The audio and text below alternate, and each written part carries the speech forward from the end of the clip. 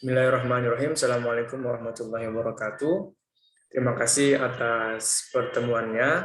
Pada pertemuan kedua ini, pada mata kuliah monitoring dan evaluasi kebijakan, kita akan sedikit mendiskusikan tentang pengertian kebijakan, sistem monitoring yang efektif dalam strategi penanggulangan kemiskinan, dan teknik monitoring dan evaluasi. Mungkin yang bagian kedua nanti, atau yang sistem monitoring dan yang efektif dalam strategi penanggulangan kemiskinan, saya akan share materi saja, teman-teman bisa membaca secara mandiri, tapi penekanannya di poin pengertian kebijakan dan teknik monitoring dan evaluasi yang akan saya share kepada teman-teman.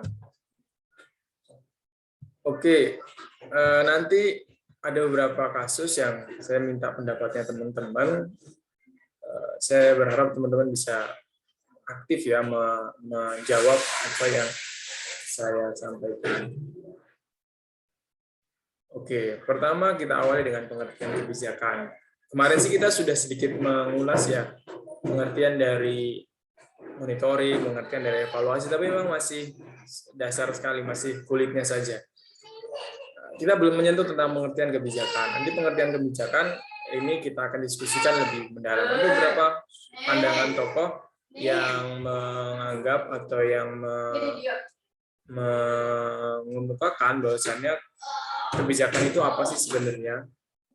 Oke, di sini sebenarnya yang ingin saya tekankan, teman-teman kalau mau menulis sebuah artikel, menyusun skripsi, atau menyusun tugas akhir, bagian ini sebenarnya adalah bagian yang bisa teman-teman taruh atau letakkan di kerangka konseptual atau kajian teorinya teman-teman.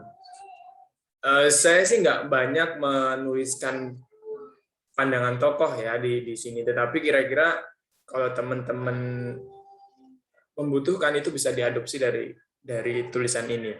Nah, kemudian yang kedua, kalau teman-teman nanti tertarik untuk melanjutkan studi di isu-isu kebijakan, saya ingin menyarankan di S2 atau di pasca Visipol UGM itu ada salah satu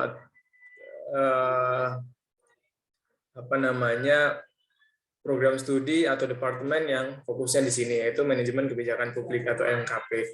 Nah, bisa teman-teman mengakses ke sana. Kalau memang teman-teman penasaran, bisa kita diskusi, bisa teman-teman cari secara mandiri.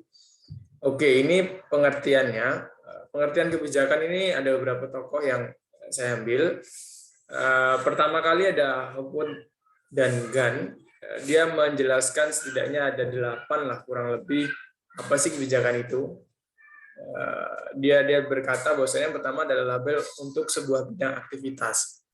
Di sini maksudnya adalah kebijakan itu adalah label atau brandnya dari sebuah bidang aktivitas. Artinya kalau ada sebuah aktivitas ya bisa dikatakan sebuah kebijakan. Ini sih secara umum sekali ya kalau teman-teman lihat. Yang kedua, ekspresi tujuan umum atau aktivitas negara yang diharapkan. Ada mulai menyinggung nih, ada spesifik dia ngomong aktornya, negara di sini terlibat di sana. Aktivitas negara yang diharapkan atau ekspresi tujuan umum. Kalau sebelumnya nggak kelihatan nih aktornya siapa, dia cuma ngomong sebuah bidang aktivitas saja, aktornya nggak kelihatan.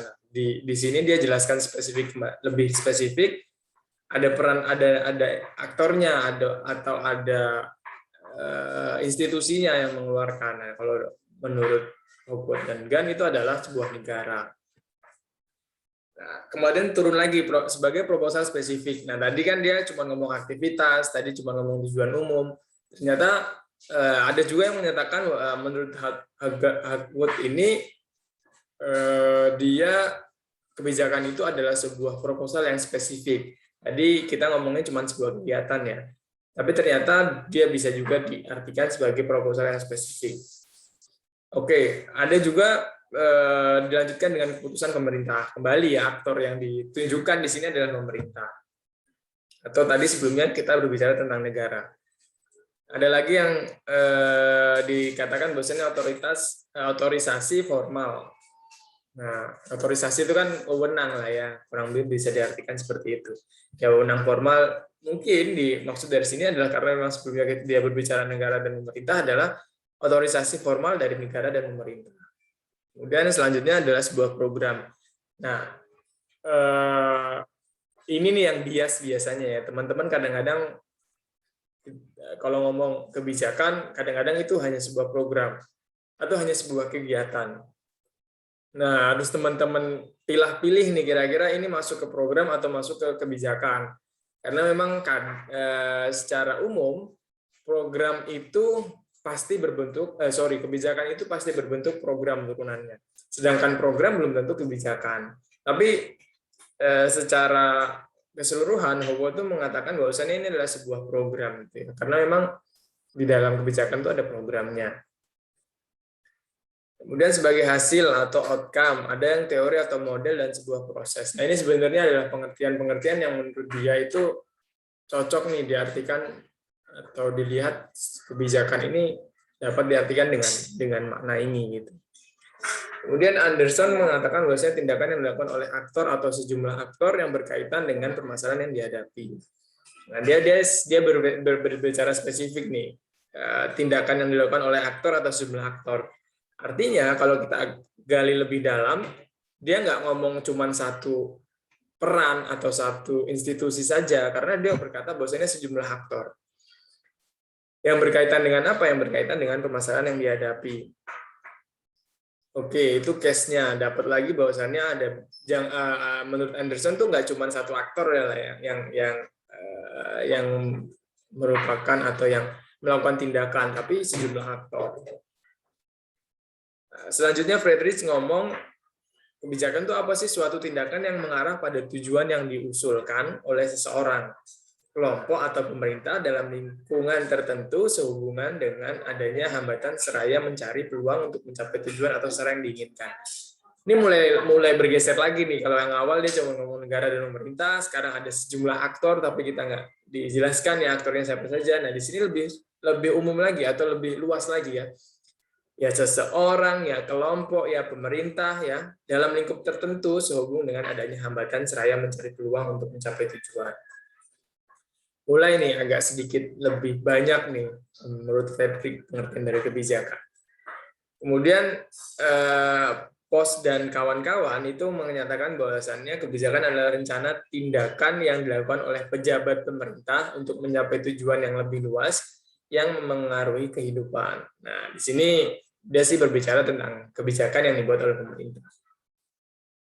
Oke, teman-teman sedikit ada gambaran ya kebijakan itu sekarang apa sih sebenarnya. Teman-teman nanti coba lihat deh di sekeliling tempat tinggal teman-teman ada nggak sih contoh kebijakan yang bisa teman-teman tunjukkan kepada saya. Ini nanti selanjutnya saya akan sedikit memberikan ini masuk kebijakan atau bukan, sebuah gambaran. Nah, nanti mungkin kalau memang teman-teman ada yang penasaran, di rumah saya ada ini, kira-kira masuk kebijakan atau enggak, gitu itu bisa ditanyakan atau kita bisa diskusikan. Nah, dari keempat tokoh ini, pandangan ini, kira-kira kebijakan itu apa sih? Ya, suatu kebijakan pasti berkaitan dengan rencana tindakan yang diarahkan untuk mewujudkan tujuan tertentu. Maksudnya di sini yang ingin saya sampaikan atau yang ingin saya tekankan adalah kebijakan sebagai sebuah rencana tindakan. Kebijakan A gitu ya, pasti turunannya adalah sebuah rencana tindakan dan tidak berhenti hanya sebuah kebijakan saja. Kemudian turun lagi konsep kebijakan terdapat kesamaan, yaitu mereka sama-sama memfokuskan diri pada suatu tindakan atau keputusan yang berkaitan dengan permasalahan yang dimaksudkan untuk mencapai tujuan tertentu. Tujuan atau sasaran dimaksud adalah tujuan publik, bukan tujuan orang. Nah, ini mulai nih spesifik kembali. Setelah kita ngomong banyak aktor yang terlibat, setelah kita ngomong ada aktivitas di dalamnya, kemudian turun lagi. Ya, ternyata tujuan-tujuan publik ya, bukan tujuan-tujuan orang. Jadi kalau ada satu orang yang ngomong ini kebijakan yang saya keluarkan, tapi ternyata kebijakan itu hanya menguntungkan satu orang saja, itu bukan kebijakan, karena kebijakan itu bersifat lebih luas, bersifat lebih general gitu ya. Oke, selanjutnya ya, apakah ini termasuk kebijakan? Ya, teman-teman boleh deh. Ada yang mau berpendapat? Undang-undang dasar itu kebijakan bukan ya? Ada yang mau berpendapat, teman-teman?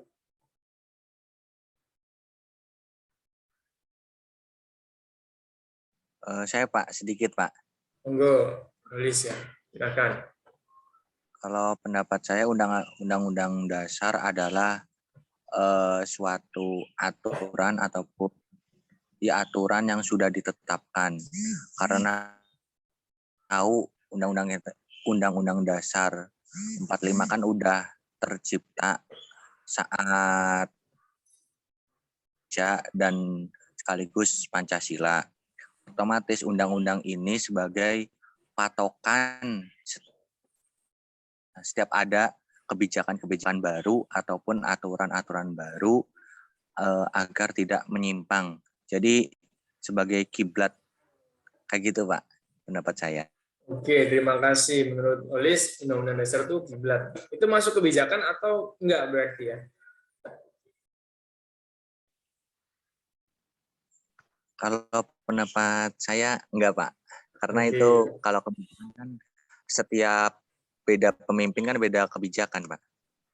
Oke, ya terima kasih Mas Olis. Yang lain? Ada yang? Saya boleh Pak. Ya, monggo silahkan. Menurut saya Undang-Undang Dasar termasuk dalam kebijakan Pak. Oke, kenapa? Karena dirancang oleh pemerintah dan ditujukan untuk masyarakat umum untuk dilaksanakan. Gitu, Pak. Oke, Dewangga berpendapat itu termasuk kebijakan.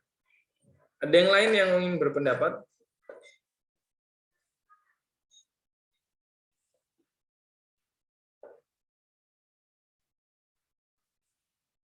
Cukup ya, dua dulu, nanti selanjutnya nih. Oke, Nurholis tadi berkata ini enggak kebijakan karena itu kiblatnya kebijakan. Ya, jadi core of the core-nya kebijakan lah kurang lebih. Dewangga berpendapat lain yang buat juga pemerintah gitu kan. Ya termasuk kebijakan itu di dalamnya undang-undang meskipun itu apa namanya sebagai rujukan, tapi kan dia yang buat pemerintah untuk kebijakan untuk semua orang gitu kan. Oke, saya sih berpendapat undang-undang ini adalah sebuah kebijakan ya. Karena meskipun itu sebagai pedoman juga, ya benar kata Holis itu kiblat juga memang biasanya kalau teman-teman baca di undang-undang gitu nanti atau dibaca apa namanya di peraturan-peraturan pasti merujuk pada undang-undang ini gitu kan. Nah, sebenarnya termasuk kebijakan juga di sana karena memang pertama tadi kategori yang dibuat pemerintah, terus kategori tadi yang apa namanya ditujukan untuk publik gitu kan, itu termasuk kebijakan juga. Kemudian apa namanya mungkin tadi dirancang dengan sebuah tujuan gitu kan termasuk juga karena undang-undang termasuk di dalam. Oke, undang-undang termasuk di dalamnya berarti termasuk dalam kebijakan. Nah, kemudian kedua, peraturan menteri itu masuk kebijakan nggak sih? Ada yang ingin berpendapat?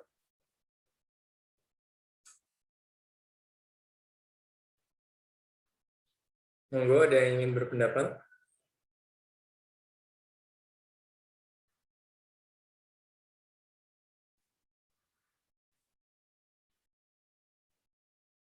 Silahkan saja, jika ada yang ingin berpendapat, tidak ada salah benar.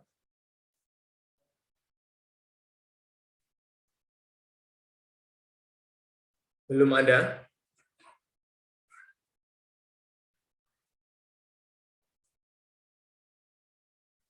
Oke, belum ada ya yang ingin berpendapat, nggak masalah. Nanti kalau belum ada ya berarti nanti saya yang nanya gitu kan. Monggo. Kalau menurut saya kebijakan.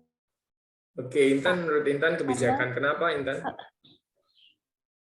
Karena kalau saya baca dari Edison terus yang 3 nama orang-orang tadi itu termasuk tindakan yang bertujuan untuk apa namanya untuk mengatur menyelesaikan permasalahan itu. Kalau menurut saya sih Pak.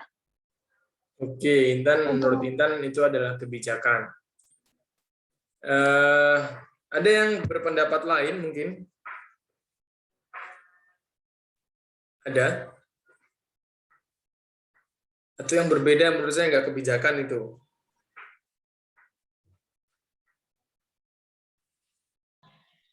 Menurut saya itu program, Pak. Oh, menurut Laila itu program. Kenapa? Karena ditujukannya untuk satu peraturan menteri itu berarti yang menerapkan ya hanya menteri-menteri aja gitu kan, Pak? Atau yang gimana? Atau yang dari satu menteri yang menetapkan terus habis itu dipakai untuk publik.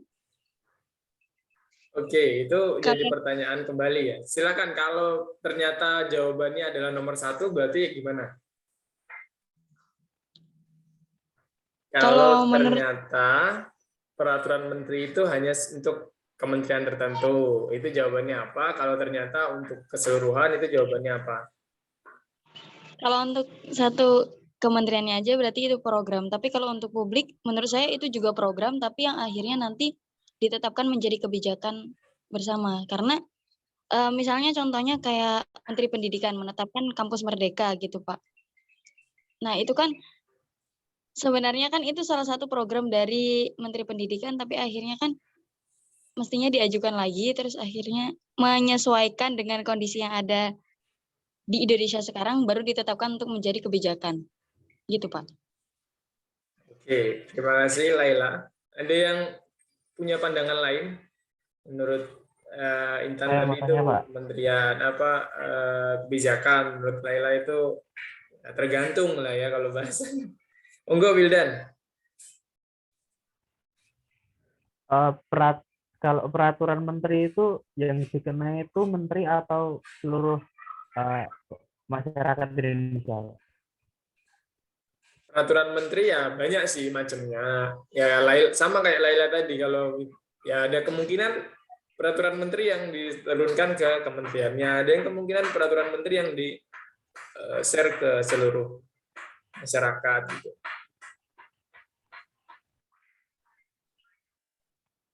Soalnya menurut saya kebijakan itu yang dikenai itu kalau mereka bersinggungan langsung dengan peraturan tersebut, Pak. Mereka kayak gitu. Jadi kalau misalnya masyarakat Indonesia masuk ke dalam peraturan menteri tersebut, maka itu bisa disebut jadi kebijakan. Tapi kalau masyarakat nggak dikenai sama peraturan menteri tersebut, menurut saya bukan kebijakan. Itu menurut saya sih, Pak. Gitu. Oke, terima kasih Wildan. Menarik ya. Semakin spesifik Wildan menjelaskan tadi. Kalau kebijakannya itu dikenakan atau kepada seluruh masyarakat, ya itu masuk kebijakan. Tapi kalau hanya untuk kementerian saja itu tidak termasuk kebijakan gitu ya. Ada yang lain? Oke, saya nangkep 4 orang tadi sudah berpendapat, ada yang mengatakan iya, ada yang mengatakan tergantung gitu ya. Tapi kurang lebih peraturan menteri itu termasuk ke kebijakan. Spesifik, meskipun itu peraturan menteri yang dikeluarkan untuk internalnya saja, kayak harus berseragam putih abu-abu gitu ya, baju putih di hari Senin gitu ya. Kan itu yang merasakan hanya pegawai di kementerian tersebut. Tapi itu termasuk ke kebijakan juga. Apapun yang dikeluarkan, toh masyarakat di sana diartikan sebagai masyarakat di dalam kementerian tersebut. Publik, publik yang dimaksud adalah publik dari kementerian tersebut, dan itu termasuk di dalam kebijakan. Ya, salah satu yang paling mudah ya pasti ada rujukannya atau ada pedomannya atau ada bukti bentuk fisiknya yang menunjukkan bahwasannya ini sebuah kebijakan. Kemudian turun lagi, bantuan operasional sekolah termasuk kebijakan atau enggak ya teman-teman? Program, Pak, program. Oke, menurut Holis itu program. Ada yang lain? Kebijakan, Pak. Oke, Alifatul Kumala kebijakan, Binti kebijakan. Kenapa kebijakan?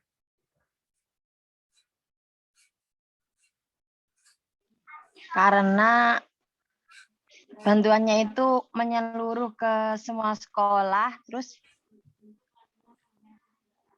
dapat penilaian positif dari semua masyarakat karena bantuan dana sekolah itu tidak lambat gitu, Pak. Oke, itu pandangan dari Binti, seluruh sekolah dan tidak lambat gitu ya. Kumala, Alifatul Kumala gimana? Kalau menurut saya, tadi kan kebijakan itu kan untuk mengatasi suatu permasalahan yang dihadapi. Jadi mungkin bantuan operasional sekolah itu adalah bentuk dari bantuan dari pemerintah terkait pendidikan, seperti dari pemerintah Kemendikbud gitu. Oke, Jadi terima termasuk kasih. kebijakan. Sudah dijelaskan. Ya, bantuan operasional sekolah itu termasuk dari kebijakan. Karena memang tadi disampaikan oleh Binti, disampaikan oleh Fatul juga, itu menyasar ke masyarakat dan untuk menyelesaikan permasalahan yang dihadapi. Tentunya sedikit berbeda nih, peraturan menteri itu kan ada Permen LHK, Permen LH, Peraturan Menteri Lingkungan Hidup, Peraturan Menteri Kelautan gitu ya. Kalau bantuan operasional sekolah, apakah ada permennya gitu kan? Nah, itu perlu digali lebih dalam gitu. Kalau memang ada, berarti kan lebih mudah kita mengidentifikasi ini kebijakan atau bukan. Cari rujukannya atau peraturannya gitu ya, agar itu bisa dikatakan sebuah kebijakan. Lanjut lagi, PSBB, PPKM Mikro, dan PPKM Makro, PPKM level gitu ya. Itu termasuk kebijakan atau bukan, teman-teman? Kebijakan, Pak. Ya, kebijakan. Kebijakan. Oke ya. Kenapa kebijakan, Olivia? Karena kan sesuai sama makna dari pengertian kebijakan tadi ya Pak ya, dibentuk, diciptakan, dirancang untuk menyelesaikan suatu permasalahan. Sedangkan kan kayak PPKM, PPKM Mikro, PPKM level 1, 2, 3, 4 dan lain-lainnya itu kan diciptakan, dirancang untuk mengurangi dampak penyebaran COVID-19 itu tadi Pak. Oke, terima kasih. Nampaknya teman-teman sudah mulai nih mengerti dari pengertian dari kebijakan ya. Jadi empat hal ini yang saya sampaikan ya termasuk kebijakan, karena memang semuanya itu menyelesaikan atau berangkat dari sebuah permasalahan. Kemudian yang selanjutnya dikeluarkan oleh pemerintah. Nah, mulai teman-teman yang agak-agak bingung nanti, yang enggak tuh yang mana gitu jadinya gitu kan, atau yang termasuk ke program tuh yang mana gitu. Nah, kebijakan di sini kan memang kita berbicara tentang kebijakan yang lebih luas, kebijakan. Nanti mungkin teman-teman akan sering mendengar kata-kata kebijakan sosial, kebijakan publik gitu ya. Mungkin kebijakan di sekolah gitu kan. Jadi agak-agak bingung. Nah, yang saya sampaikan ini adalah kebijakan yang di background-nya atau yang digaungi oleh pemerintah. Nanti mungkin ada kebijakan sekolah, kebijakan kampus gitu ya, kebijakan macam-macam. Tadi berdasarkan bahwasannya nggak cuma pemerintah loh yang bisa mengeluarkan kebijakan. Kampus pun bisa, institusi yang teman-teman ikuti pun bisa gitu ya. Tapi memang lingkupnya itu ya publik-publik kecil yang teman-teman atau yang institusi tersebut pimpin gitu ya, kayak di UIN ya hanya UIN saja yang merasakan kebijakan tersebut. Kemudian di kebijakan UKT, pemotongan UKT gitu kan, mahasiswa bukan UIN kan pasti nggak merasakan itu. Kalau memang itu kebijakan dari UIN. Yang ingin saya tekankan bahwasannya tadi ya, kebijakan itu bisa semua aktor bisa terlibat. Institusi sosial, pemerintah, swasta, tapi memang kebijakan tersebut skupnya berbeda-beda kalau kita berbicara. Nah, kalau kebijakan ya lingkupnya lebih besar, kebijakan yang dilakukan atau yang dikeluarkan pemerintah skupnya lebih besar karena memang masyarakatnya masyarakat Indonesia. Kalau kebijakan yang dilakukan oleh sebuah institusi ya spesifik saja kebijakan di institusi tersebut, hanya kecil-kecil saja. Kemudian yang kedua, berangkat dari permasalahan. Ada permasalahan apa, ada keresahan apa yang mau diangkat dari munculnya kebijakan tersebut. Kemudian yang ketiga ya publik tadi, itu dirasakan oleh publik. Nah, meskipun publiknya tadi ya, saya contoh kasus pemerintah peraturan menteri, ya publiknya itu di kementerian tersebut. Peraturan rektor atau kebijakan rektor gitu ya hanya di kampus tersebut saja. Ya, pesan saya kemudian kalau memang teman-teman tertarik di isu-isu kebijakan, jangan berhenti studi di S1 PMI saja, lanjut studi lagi kebijakan publik, banyak, hampir semua kampus punya, terus mungkin kebijakan sosial di beberapa kampus luar negeri juga ada. Jadi silahkanlah kalau teman-teman tertarik di bidang ini perdalam. Bahkan profil lulusan kita kemarin kan ada analis kebijakan sosial ya. Silakan gali kemampuan teman-teman untuk mengetahui dari kebijakan atau menguasai atau ahli dalam bidang kebijakan. Kemudian tadi kita udah selesai ngomongin kebijakan ya. Nanti mungkin kalau ada yang mau didiskusikan silahkan. Kemudian tujuan, prinsip, dan model monitoring dan evaluasi. Kita udah tahu kebijakan apa, nah sekarang kita bergeser nih ke monitoring dan evaluasi. Meskipun masih umum saja, besok kita berbicara teknis, besoknya lagi kita berbicara praktis, contoh kasus yang ada di difabel, mungkin ada di beberapa wilayah lain, bisa kita diskusikan di kelas. Ya, tujuan dan manfaat MONEF. Ini sih sebenarnya bisa diterapkan MONEF kebijakan, MONEF program ya, MONEF kegiatan. Teman-teman kan sering nih ngomong pemberdayaan masyarakat tuh harus ada perencanaan, implementasi MONEF gitu ya. Nah, nggak salah memang di setiap unsur-unsur kehidupan tuh memang harus di MONEF gitu ya. Bahkan kita nih pertemuan kayak gini nanti di akhir ada monitoring dan evaluasi pembelajaran gitu ya.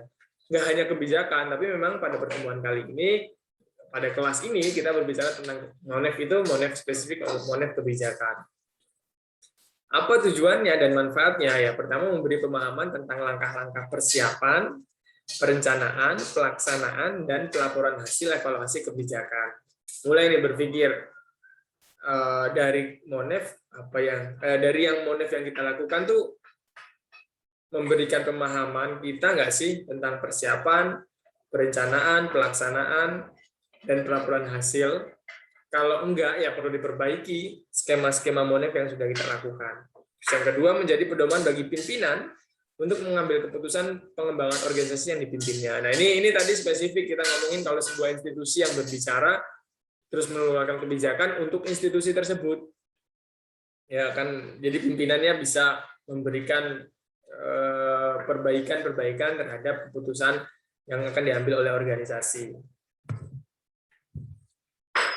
Oke, selanjutnya prinsip-prinsip monitoring dan evaluasi. Ada kurang lebih 4 ya di sini. Berorientasi pada tujuan, mengacu pada kriteria keberhasilan, mengacu pada asas manfaat, dan dilakukan secara objektif. Kita bedah satu-satu deh. Berorientasi pada tujuan tuh kayak gimana sih? Ya hendaknya MONEF itu mengacu pada tujuan yang ingin dicapai. Ngapain kita melakukan MONEF? Perlu kita lihat nih. Contoh tadi BOS, bantuan operasional sekolah di MONEF. Tujuannya buat apa? Ya buat memperbaiki program tersebut. Kan berorientasi pada tujuan. Yang poin kedua adalah bahan untuk perbaikan atau peningkatan program. Tadi udah ngomongin BOS agar bantuan operasional sekolah itu agar meningkatlah kemampuan sekolah dalam memberikan fasilitas terhadap siswa gitu. Kemudian mungkin contoh kasus di peraturan menteri gitu ya, yang ingin saya contohkan. Peraturan menteri itu kan berubah-ubah. Kayak peraturan menteri LHK nomor 4 tahun nomor 7 tahun 2014 gitu ya. Sekarang menjadi Permen LHK nomor 1 tahun 2021. Nah, itu kan untuk memperbaiki kebijakan yang sudah dikeluarkan.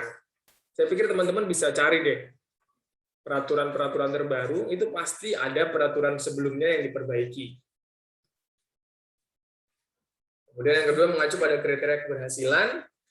Penentuan kriteria keberhasilan dilakukan bersama antara para evaluator, para sponsor, pelaksana program, para pemakai lulusan, lembaga terkait. Nah, ini sebenarnya mirip sama evaluasi pendidikan ya, atau MONEF, monitoring dan evaluasi kebijakan pendidikan. Nah, karena kriteria yang dibangun itu terlibat dari evaluator, sponsor, pelaksana program. Nah, ini ada pemakai lulusan kan yang berbicara, karena memang ini contohnya mungkin kebijakan pendidikan di sini. Ya, yang ketiga mengacu pada asas manfaat. Setelah kita ngomong ada tujuannya nggak sih? Terus yang kemudian ada manfaatnya nggak sih kita melakukan Monef? Berbentuk saran, masukan, atau rekomendasi untuk perbaikan program yang di Monef atau program sejenis di masa mendatang. Kalau teman-teman di perkuliahan kita ya, pengembangan masyarakat Islam ini, memang sedikit sih ngomongin Monef ya. Tapi kalau teman-teman tertarik, ya bisa saja untuk melakukan kegiatan Monef di beberapa kebijakan yang sudah dilakukan.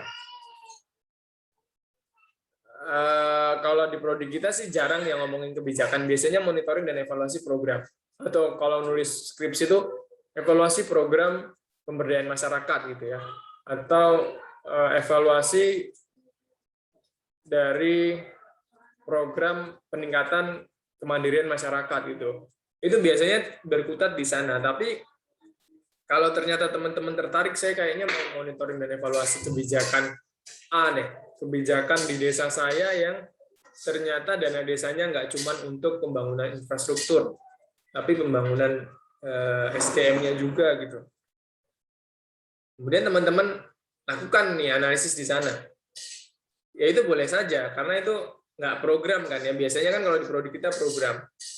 Tapi kalau teman-teman ke prodi-prodi yang manajemen kebijakan publik itu kebijakan yang dilihat.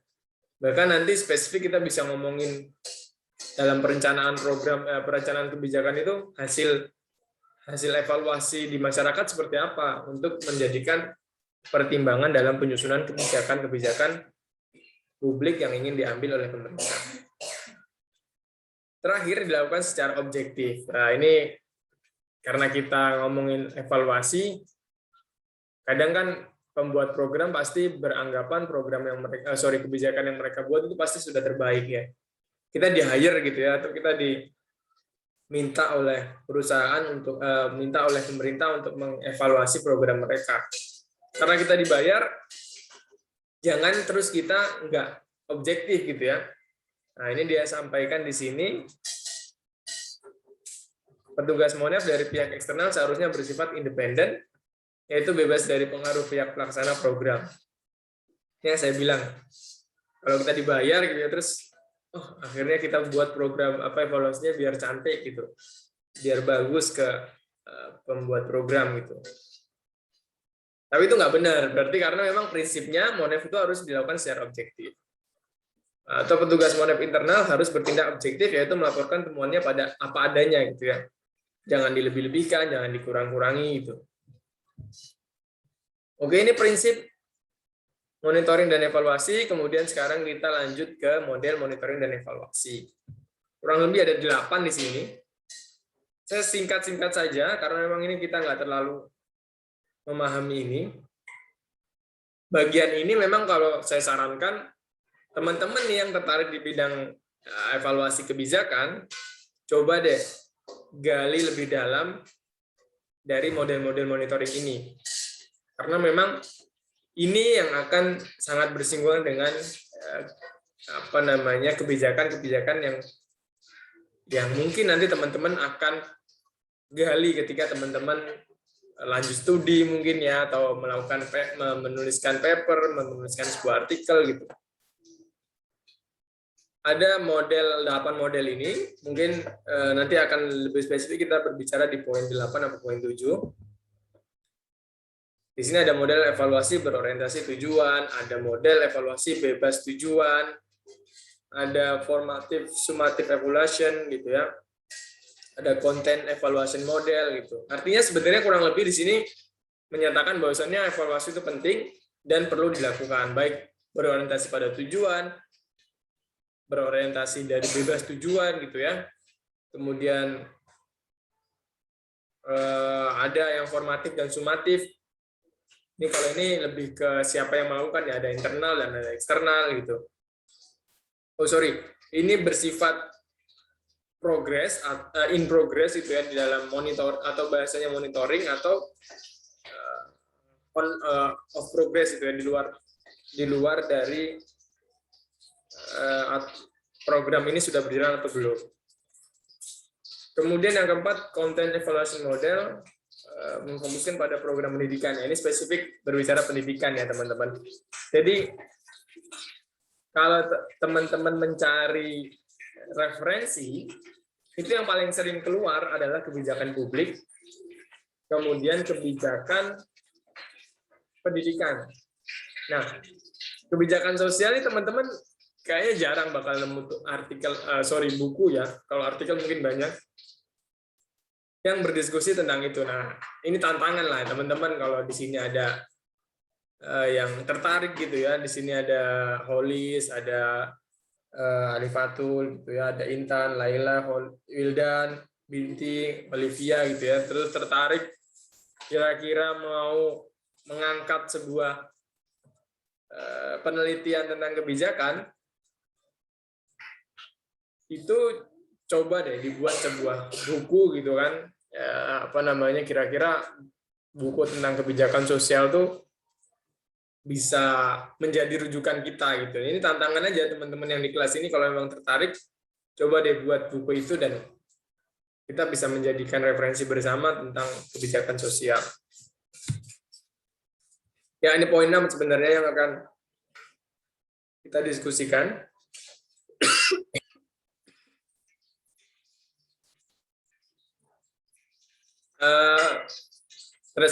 Yang poin 5 mungkin masih sama ya, evaluasi model itu model evaluasi responsif.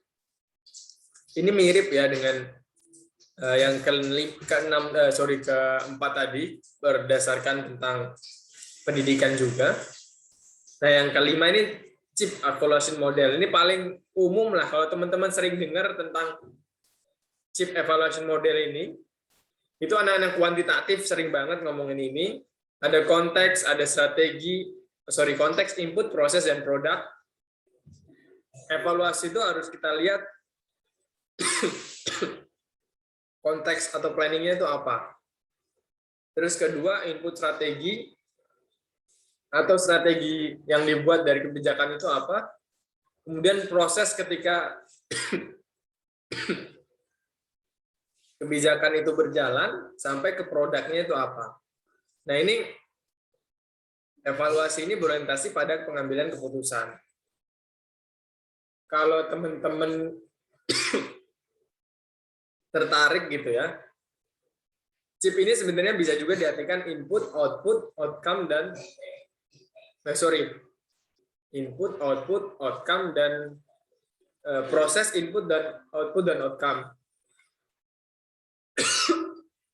Kurang lebih sih bahasnya itu ya. Oke, sorry teman-teman, saya izin sebentar untuk minum.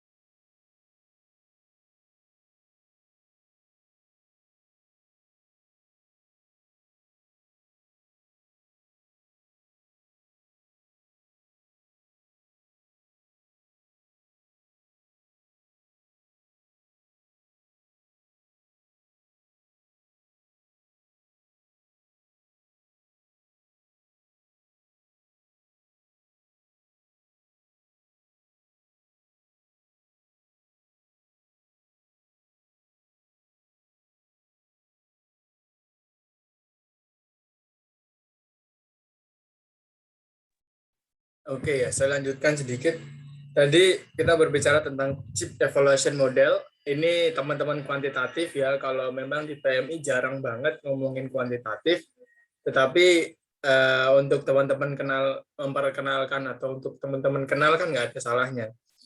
Ini salah satu pendekatan yang sering banget digunakan oleh penelitian-penelitian yang ingin menganalisis kebijakan-kebijakan, baik kebijakan publik, sosial, maupun kebijakan pendidikan yang ada. CIP ini sebenarnya konteksnya atau planning diawali oleh C ya, huruf C itu singkatan akronim ya. CIP itu akronim dari contact, input, proses, dan produk. Konteksnya atau ketika kita merencanakan itu seperti apa. Dievaluasi itu ada turunannya lagi. Perencanaannya sudah sesuai dengan yang ideal belum, perencanaannya sudah sesuai dengan tata cara yang benar belum gitu ya. Kemudian naik inputnya tuh atau strateginya tuh sudah benar apa belum. Yang direncanakan ya, strategi yang ingin dilakukan itu sudah ideal apa belum. Kemudian naik lagi ke proses itu implementasinya. Gimana sih melakukannya, sudah benar atau belum. Nah itu dianalisis detail gitu ya. Kalau memang biasanya pendekatannya pakai kuantitatif, agar apa? Agar ketika penilaian itu lebih mudah disimpulkan, nggak objektif gitu ya, nggak subjektif tapi objektif. Dan banyak biasanya pertanyaan-pertanyaannya, pertanyaan di input saja atau di konteks saja itu bisa 10 pertanyaan yang menggambarkan planningnya sudah benar atau belum. Kemudian sampai ke produknya, hasil yang diciptakan itu seperti apa. Itu CIP ya, atau CIP Evaluation Model yang mungkin teman-teman bisa cari tahu atau bisa teman-teman belajar mandiri kira-kira apa yang bisa teman-teman lakukan dengan pendekatan ini. Yang ketujuh ada, ini lebih dari CIP ya, ada 5 tahap evaluasi, perencanaan, pengembangan, pelaksanaan, hasil, dan dampak. Ini ada di dampaknya sih yang berbeda. Kalau yang sebelumnya kan cuma ngomong ke produk ya, kalau ini ke dampak. Nah, mungkin bisa juga ini masuk ke yang tadi saya sampaikan, ada input, ada proses, ada input, output, dan outcome. Jadi menurut model evaluasi model yang ketujuh ini nggak cuma CIP loh, ada 5 tambahan dampak ada ketambahan dampak yang harus diteliti. Yang ke-8 ini lebih ke fokus pada pembandingan hasil evaluasi dengan performansi standar yang telah ditentukan. Nah, tujuannya sebenarnya sama ya, untuk memperbaiki program dan memperbaiki kebijakan-kebijakan yang sudah ada atau sudah dibuat. Oke, teman-teman, ini gambaran dari model monitoring dan evaluasi. Banyak modelnya, 8 ini hanya bagian kecil saja. Kalau teman-teman cari, mesti nanti banyak pengembangannya. Kalau teman-teman melihat di evaluasi di kebijakan yang ada di lingkup perusahaan juga punya pendekatan sendiri, ada social return on investment, kemudian ada indeks kepuasan masyarakat, kemudian ada mungkin stakeholder engagement gitu ya. Jadi banyak deh macamnya, teman-teman bisa perdalam sendiri. Kalau memang ada yang ingin teman-teman kaji gitu ya, kayaknya saya ingin menggunakan metode ini deh Pak, tentang isu ini gitu ya, teman-teman bisa diskusi dengan saya dan kita bisa kolaborasi secara lebih jauh gitu. Oke, selanjutnya saya pikir ini slide terakhir ya. Oh, masih ada sebelum terakhir. Desain kegiatan monitoring dan evaluasi ini gambaran utuh dari sebuah kegiatan atau proses monitoring dan evaluasi. Kalau di sini sih disampaikan ada 15 tahap ya. 1, menetapkan rancangan MONEF. Rancangannya itu mau dibawa kemana MONEF-nya ini. 2, mengembangkan instrumen. Nah, ini mengembangkan instrumen itu panjang sekali teman-teman. Ada 2, 3, 4, 5, 6, 7 gitu ya. Sampai ke menyempurnakan instrumen. Ke-8 instrumen siap dipakai. Nah, kenapa monitoring dan evaluasi ini lama penelitian ya teman-teman? Biasanya karena memang sebelum terjun lapangan itu harus diteliti dulu instrumennya sudah benar atau belum. Dosen teman saya juga menyarankan dulu sih, kalau untuk mahasiswa S1 sih baiknya menggunakan instrumen yang sudah ada saja, nggak usah menyusun instrumen, karena kalau menyusun instrumen ya itu udah ke program studi magister gitu ya untuk menyusun itu, karena teman-teman kan diharapkan untuk kenal saja. Nah, kalau memang teman-teman tertarik gitu ya, coba nanti cari instrumen yang pas gitu ya, kalau memang ada bisa diterapkan di sebuah kebijakan gitu ya. Jadi teman-teman tinggal menggunakan instrumen tersebut, kemudian terjun lapangan untuk mencari atau melakukan pelaksanaan dari monitoring dan evaluasi itu sendiri. Kemudian setelah instrumennya siap, baru persiapan pelaksanaan MONER. Temu awal dengan responden, pengumpulan data, verifikasi dan olah data, analisis dan interpretasi data, penyusunan laporan, sampai ke hasil menyampaikan hasil monitoring dan evaluasi dan rekomendasinya. Mungkin kalau teman-teman nanti bercita-cita skripsinya di bidang ini, ya kan udah semester 5 ya, 2 semester lagi, 2-3 semester lagi, teman-teman akan tugas akhir gitu ya. Oh, saya kayaknya tertarik dari MONEF program atau evaluasi program atau evaluasi kebijakan. Ya, teman-teman harus siap untuk memperjuangkan atau mengolah instrumen ya yang mulai mungkin dulu nggak ada gitu. Kalau sudah ada sih enak ya, lebih mudah sih, bukan enak. Lebih mudah dalam melakukan penelitian karena tinggal disesuaikan instrumennya dengan penelitian kita, persiapan penelitian dan terjun lapangan. Tapi kalau instrumen yang mulai dari nol itu akan effortnya akan lebih tinggi. Oke, ini referensinya teman-teman bisa akses. Nanti saya share juga materinya. Ini slide terakhir, nanti akan kita lanjutkan ke sesi tanya jawab, tapi sebelumnya saya akan mematikan videonya, mematikan recordnya terlebih dahulu. Terima kasih. Wassalamualaikum warahmatullahi wabarakatuh. Waalaikumsalam warahmatullahi wabarakatuh. Waalaikumsalam warahmatullahi